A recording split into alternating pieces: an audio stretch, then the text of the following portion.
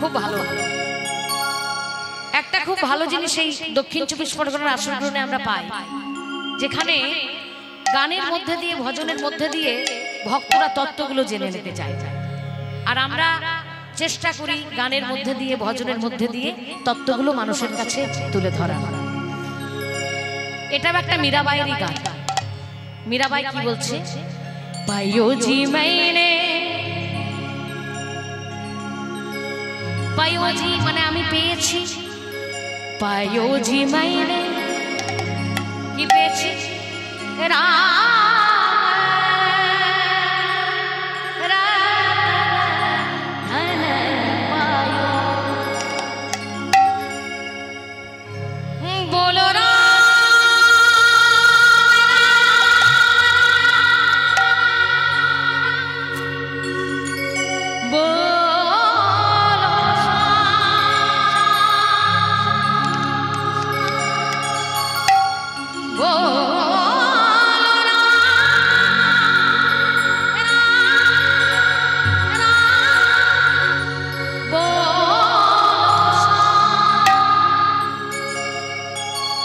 সবাই মিলে গাইব। পাইও জি मैंने, पायो जी मैंने, पायो जी मैंने राम रतन धन पायो, पायो जी मैंने राम रतन धन पायो, पायो जी मैंने राम रतन धन पायो। वस्तु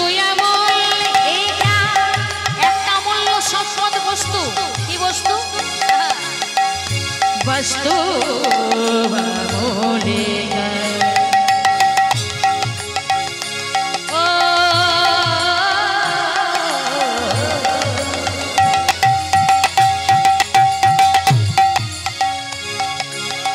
वस्तु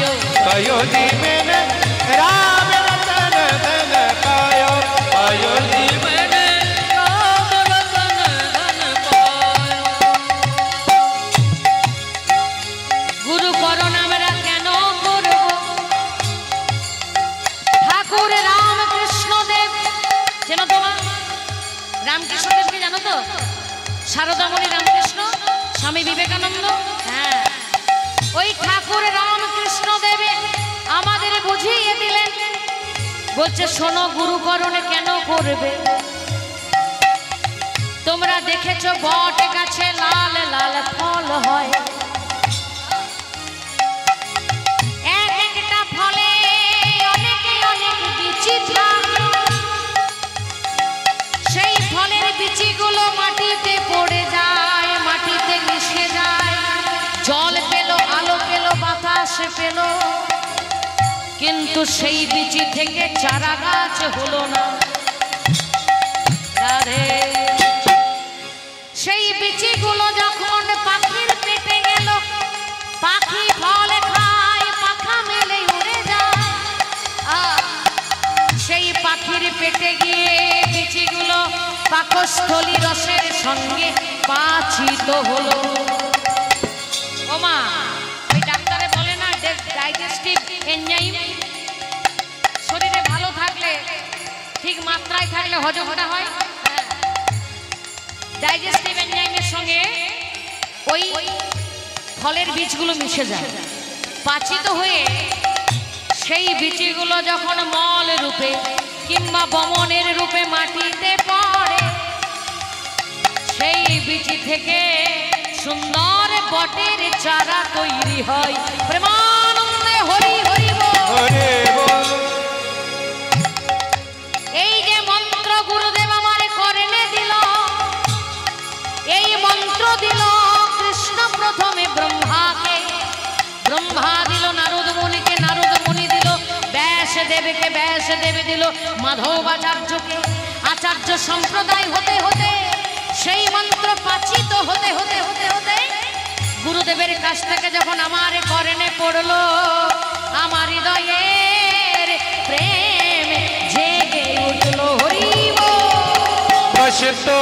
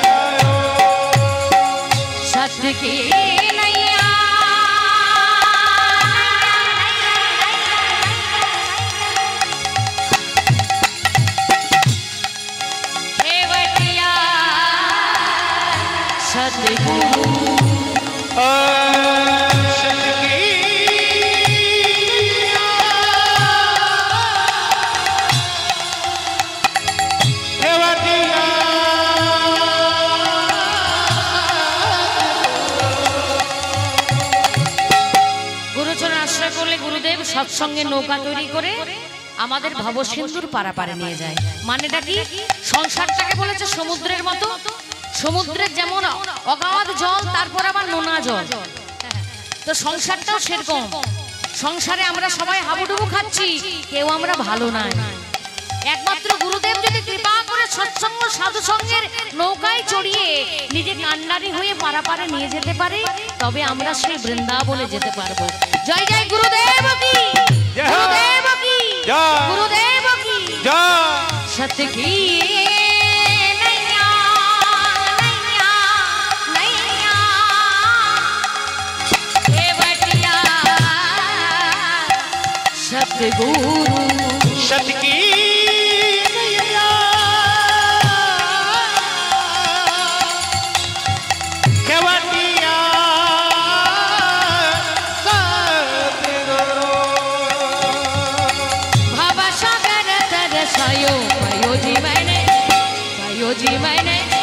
पायो जी मैंने राम रतन धन पायो, पायो जी मैंने राम रतन धन पायो, पायो जी मैंने राम रतन धन पायो, पायो जी मैंने राम रतन धन पायो।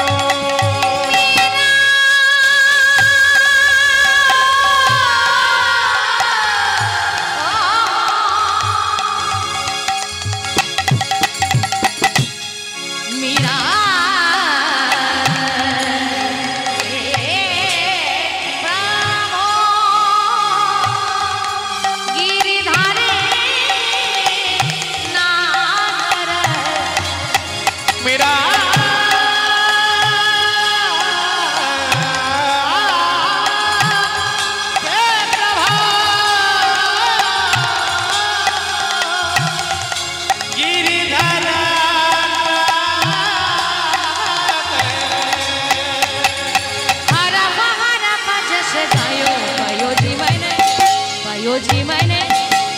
जी मैंने राम रतन धन पायो, पायो जी मैंने राम रतन धन पायो, पायो जी मैंने राम रतन धन पायो, पायो जी मैंने राम बोलो श्याम, बोलो राम श्याम, बोलो राम राम राम राम राम, बोलो श्याम श्याम श्याम श्याम श्याम।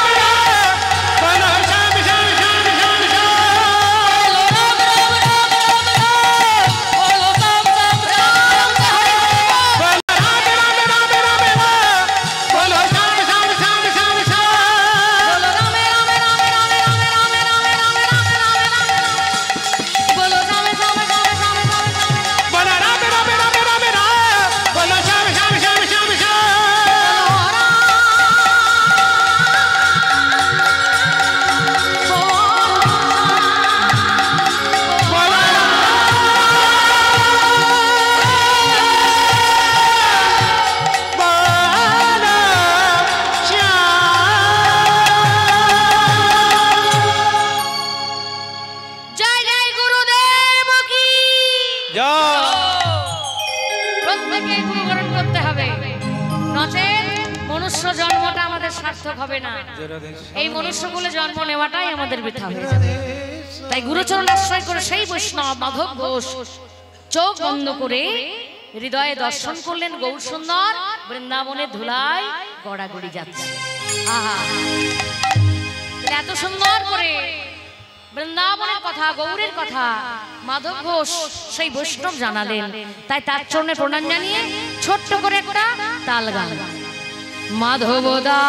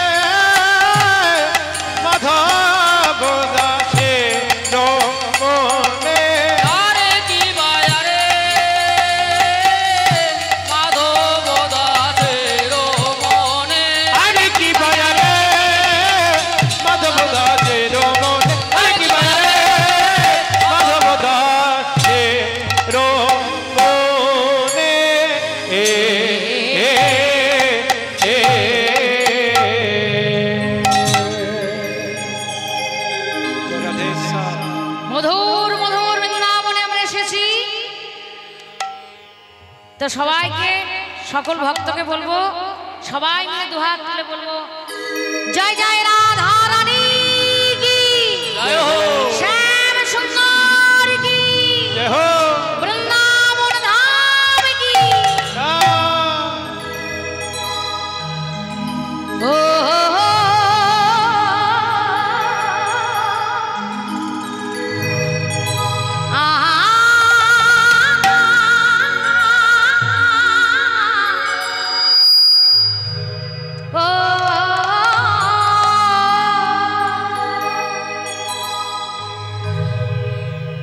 বৃন্দাবনে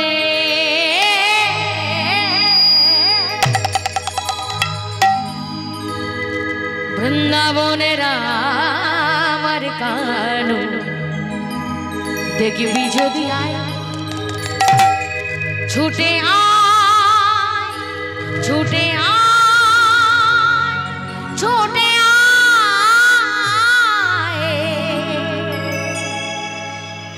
ছুটে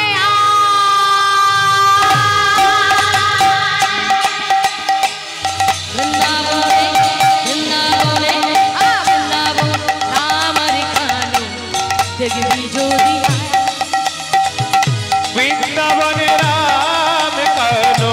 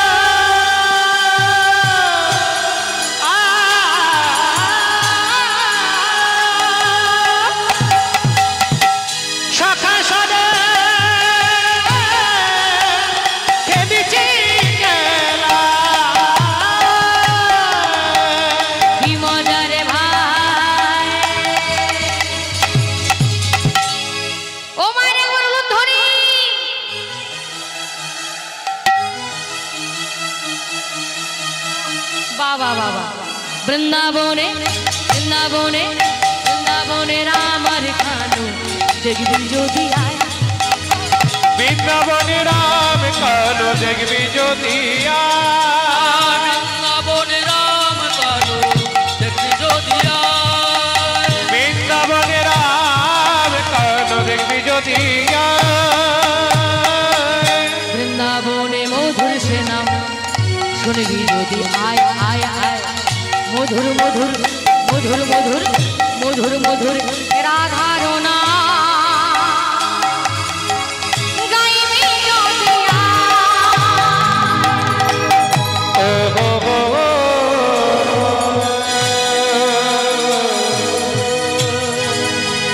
বৃন্দাবনের মধু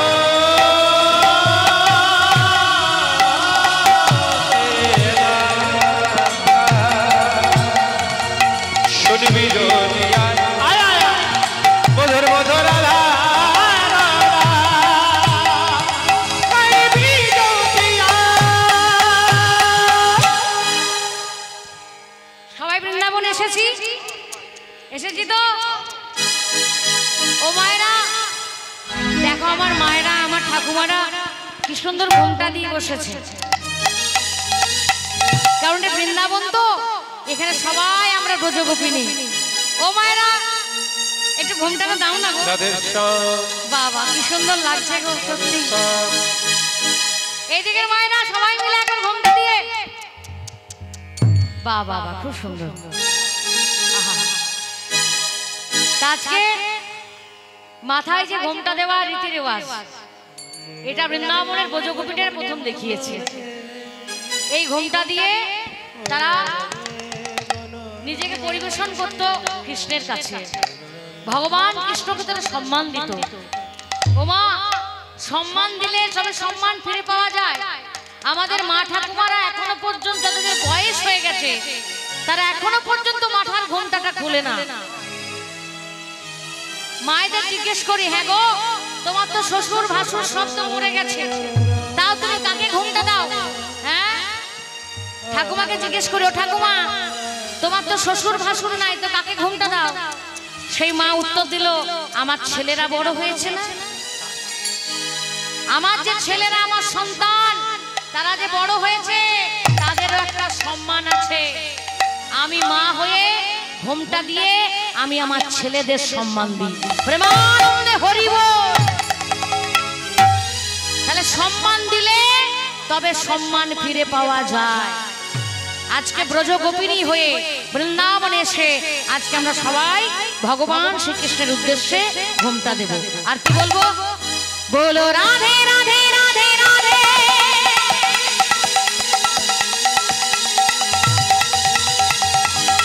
বলো রাধে রাধে রাধে রাধে বলো রাধে রাধে রাধে রাধে বলো রাধে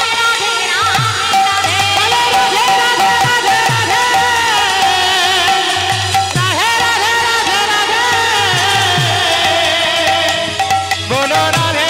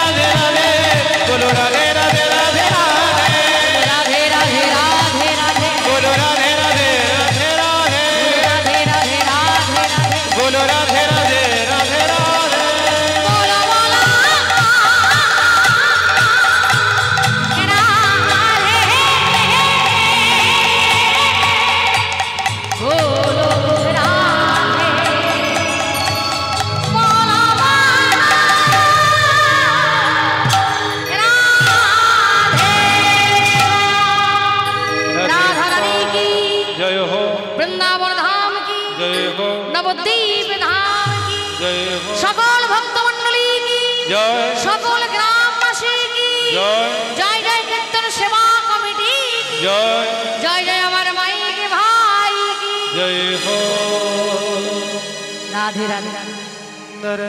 আমাদের এই কীর্তন গানে সবার সঙ্গে সঙ্গে মাইকের যে কতটা সম্পর্ক, আহা এটা কিন্তু সবাই বোঝে না। মা একজন মাইকম্যান যিনি অপারেটর, যিনি চালাচ্ছেন, বিশেষ করে কীর্তন গানে চালানো কতটা যে কঠিন, কখন যে কীর্তন শিল্পী গাইবে, কখন যে কথা বলবে, কখন যে উচ্চ স্বরে চিৎকার করবে, সব দিকটা বসে বসে মেনটেন করতে হয়।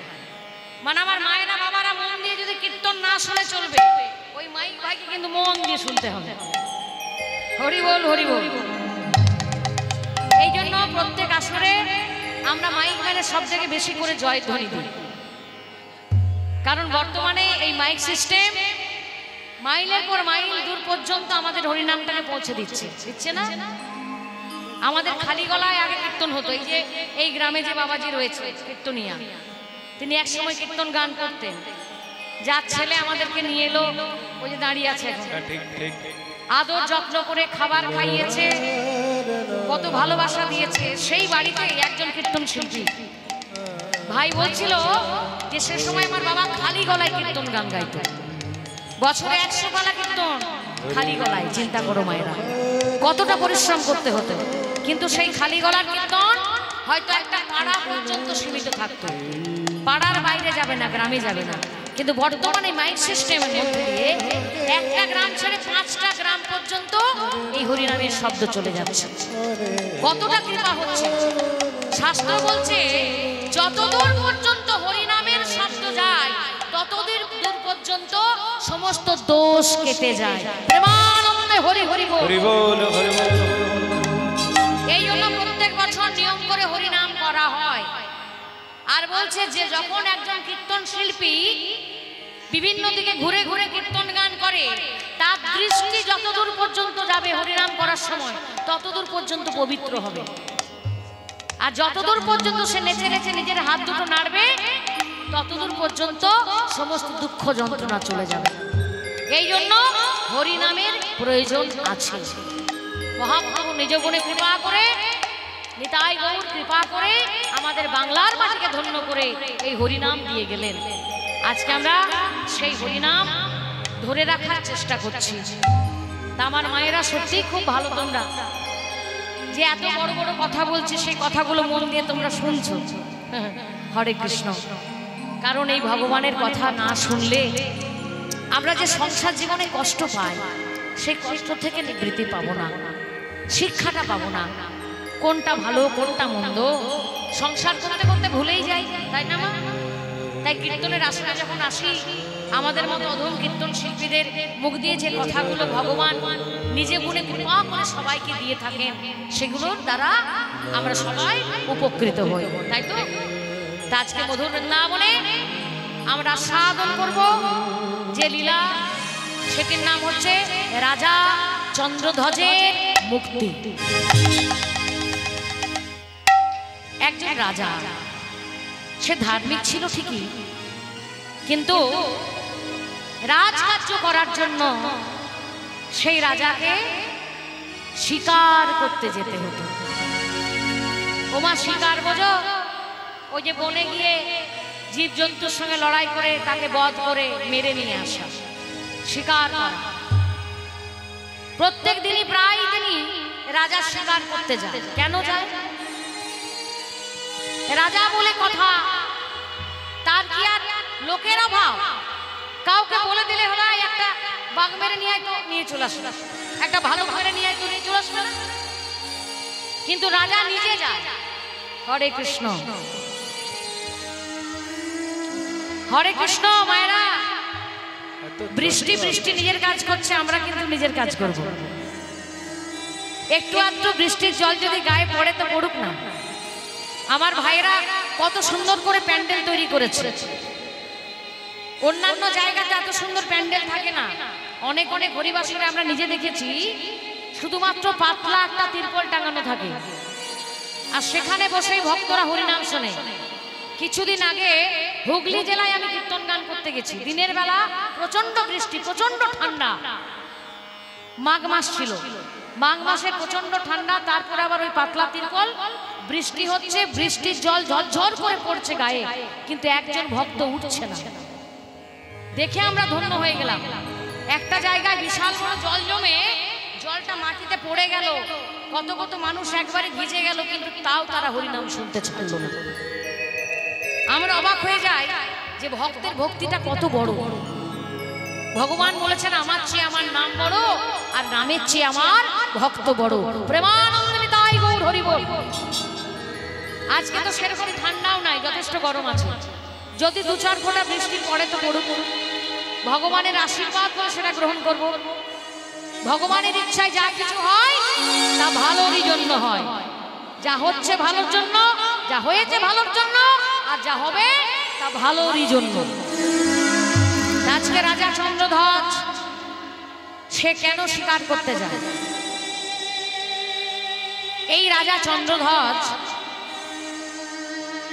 সে বড় মাপের রাজা হলেও তার সব সময় ভয় যে কি জানি কখন অন্য পক্ষের রাজা আমায় আক্রমণ করে দেবে, কখন আমার সঙ্গে যুদ্ধ লেগে যাবে আর আমাকে পরাস্ত করে আমার রাজ্য ছিনিয়ে নেবে। তাহলে বিপরীত পক্ষের রাজা যে আমায় আক্রমণ করবে, আমি বাঁচবো কি করে? এর জন্য নিজেকে তৈরি রাখতে হবে, সজাগ থাকতে হবে। আর তৈরি করতে গেলে নিজেকে যুদ্ধের জন্য প্রস্তুতি করতে গেলে, প্রস্তুত করতে গেলে একমাত্র হিংস্র জন্তু জানোয়ারের সঙ্গে লড়াই। আমি যদি বাঘ ভাল্লুকের সঙ্গে লড়াই করে ওই বাঘ ভাল্লুককে পরাস্ত করতে পারি, তাহলে এই জগতের যত বড়ই রাজা আসুক না কেন আমায় যুদ্ধে পরাস্ত করতে পারবে না। এই মনে করে রাজা চন্দ্রধ্বজ মাঝে মধ্যেই শিকার করতে যায়। কিন্তু আজকে শিকার করতে যাচ্ছে আর মনে মনে ভাবছে, ঠাকুর সারা জন্ম শুধু লড়াই, কাটাকাটি, মারামারি আমার ভালো লাগে না। আমারও ইচ্ছা হয় যে ধর্ম কর্ম করব। সেই রাজা মনে দুঃখ হয়েছে ঠিকই, আবার প্রতিজ্ঞাও করে বসেছে, আজকে যদি শিকার না পাই আমি ঘরে ফিরবো না। কারে বাজানা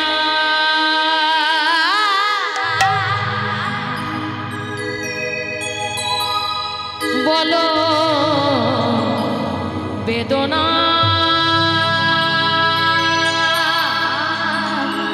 আমার, বুঝলো না কেহ আমারে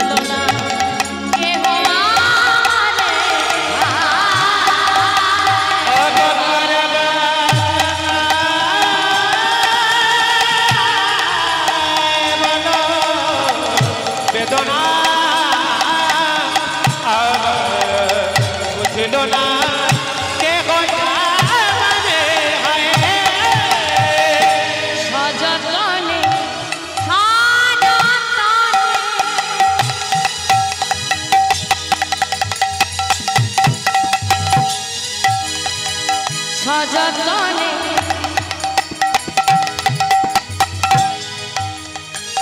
যত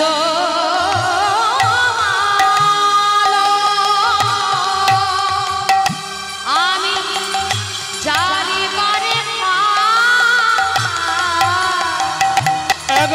যতনে যত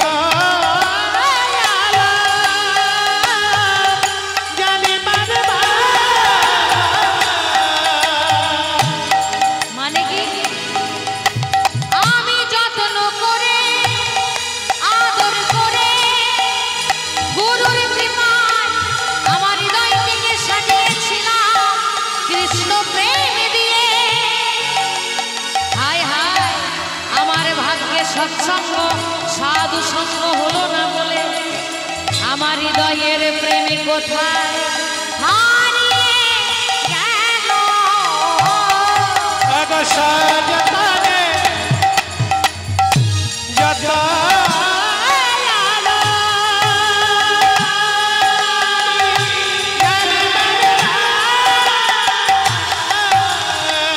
নিভে যায় সবই আঁধার রে। কারবা জানায় বলো বেদনা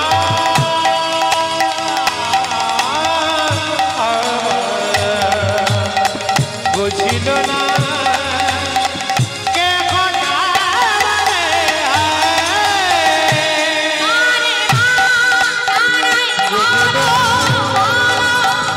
কে হয় বেদনা বেদনা বুঝিল না কে বুঝলো না বুঝলো না বুঝলো না কেহ আমারে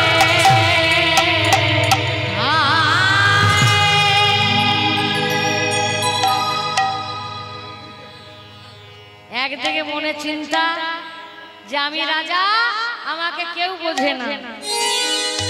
রাজকার্য করতে গিয়ে আমার কপালে সৎসঙ্গ সাধু সঙ্গ জোটে না।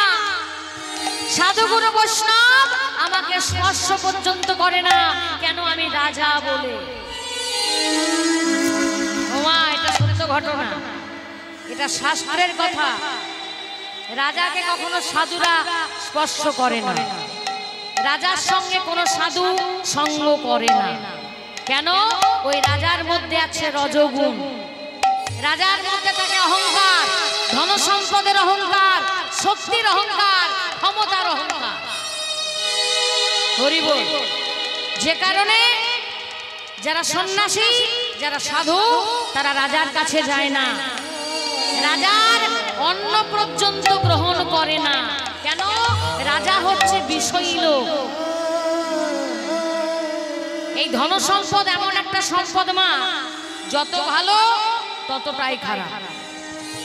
টাকা পয়সা মানুষের যদি না থাকে, আর্থিক অবস্থা যদি খারাপ হয় মা, দরিদ্র হয়, সেই দরিদ্র মানুষ অর্থের অভাবে, সংসারের অভাবে অনেক নিচু থেকে নিচু কর্ম করে থাকে, তার দিক বিধি জ্ঞান থাকে না। তাই ভগবান বলছে দরিদ্র হচ্ছে মানুষের জীবনের একটা অভিশাপ। দরিদ্রতা ভালো নয় মা। আমরা অনেকে ভাবি খুব গরিব থাকা ভালো না। অন্ন, বস্ত্র, বাসস্থান, এই তিনটে জিনিস আমাদের মা থাকতেই হবে। আর এই জন্য সংসারী জীব আমাদেরকে চেষ্টা করতে হবে আমরা যেন খাবারের জোগাড়, দেহটাকে ঢাকার জন্য পোশাক, আর মাথা গোজার জন্য একটা ঘর, এই তিনটে যেন আমরা রাখতে পারি সবসময়ের জন্য। রাধে রাধে। এই তিনটে জিনিস যদি না থাকে, মানুষের মধ্যে অভাব থাকে, দারিদ্রতা থাকে, তাহলে সে অনেক কিছু ভুল কাজ করে বসে। তাই বলছে দরিদ্রতা হচ্ছে মানুষের জীবনের অভিশাপ। কিন্তু মানুষ এই অভাব পূরণ করতে করতে করতে করতে এমন একটা নেশাগ্রস্ত হয়ে যায়, টাকা পয়সার নেশায় পড়ে যায়। সে টাকা পয়সা রোজগার করতে করতে টাকা পয়সা রোজগার করার জন্য ভুল পথ বেছে নেয়। প্রেমানন্দে হরি বল। আর তখনই হয় অর্থই অনর্থের মূল কারণ। কিন্তু সংসার ধর্ম পালন করার জন্য, সংসারের প্রতিটা মানুষকে আনন্দে রাখার জন্য, সুখে রাখার জন্য কোন মানুষ যদি অর্থ উপার্জন করে, সেটাকে বলে ধর্মের অর্থ। সেটা কিন্তু অধর্মের অর্থ নয়। সংসার প্রতিপালন করার জন্য অর্থ উপার্জন করতে হবে। ধর্ম, অর্থ, কাম, মোক্ষ, ধর্মের 4টি দণ্ড, তার মধ্যে অর্থ উপার্জন। কিন্তু যারা রাজা হয় তাদের ধনদৌলতের নেশা হয়ে যায়, আরো বড় আরো বড় আরো বড়, শেষে হয়ে যায় অহংকার। তাই তার সঙ্গে কোনো সাধু মেশে না, এমনকি তার ঘরে অন্ন পর্যন্ত গ্রহণ করে না। কেন? চৈতন্য চরিতামৃতে লিখে দিয়েছে, বিষয়ের অন্ন খাইলে মলিন হয় মন, মলিন হয় মন, আর মন মলিন হইলে হনা কৃষ্ণের শরণ, কৃষ্ণের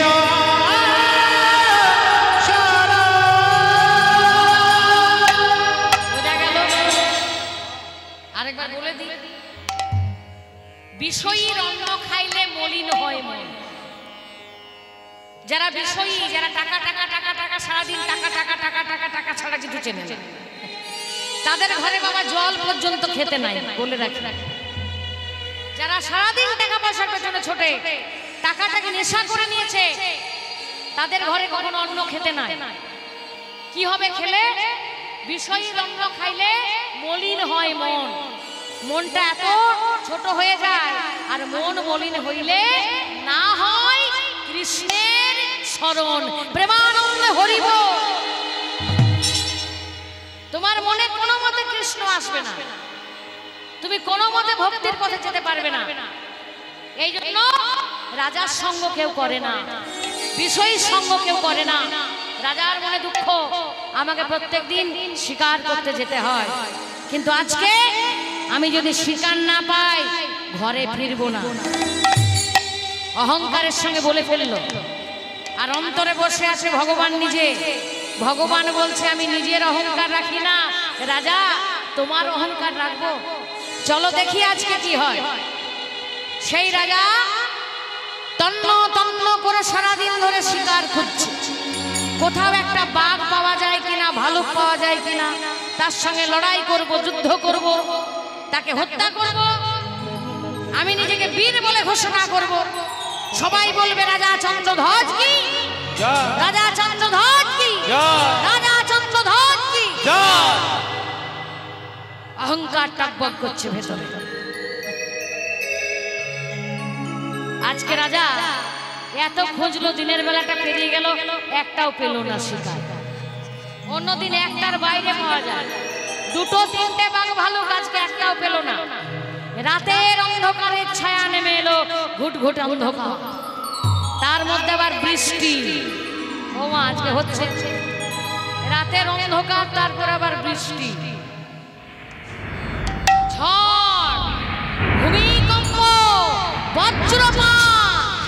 রাজা চন্দ্রধ্বজ ভয় পেয়ে গেল, সেমাই সেমাই সেমাই অর্থাৎ করে কাঁপছে। সেপাইরা বলছে, আমাদের আমাদের রাজা চিৎকার করছে না, চল চল দেখি দেখি দেখি দেখি কি হলো রাজা। মহারাজ আপনি ভয় পেয়েছেন? রাজা তো অহংকার আছে তো,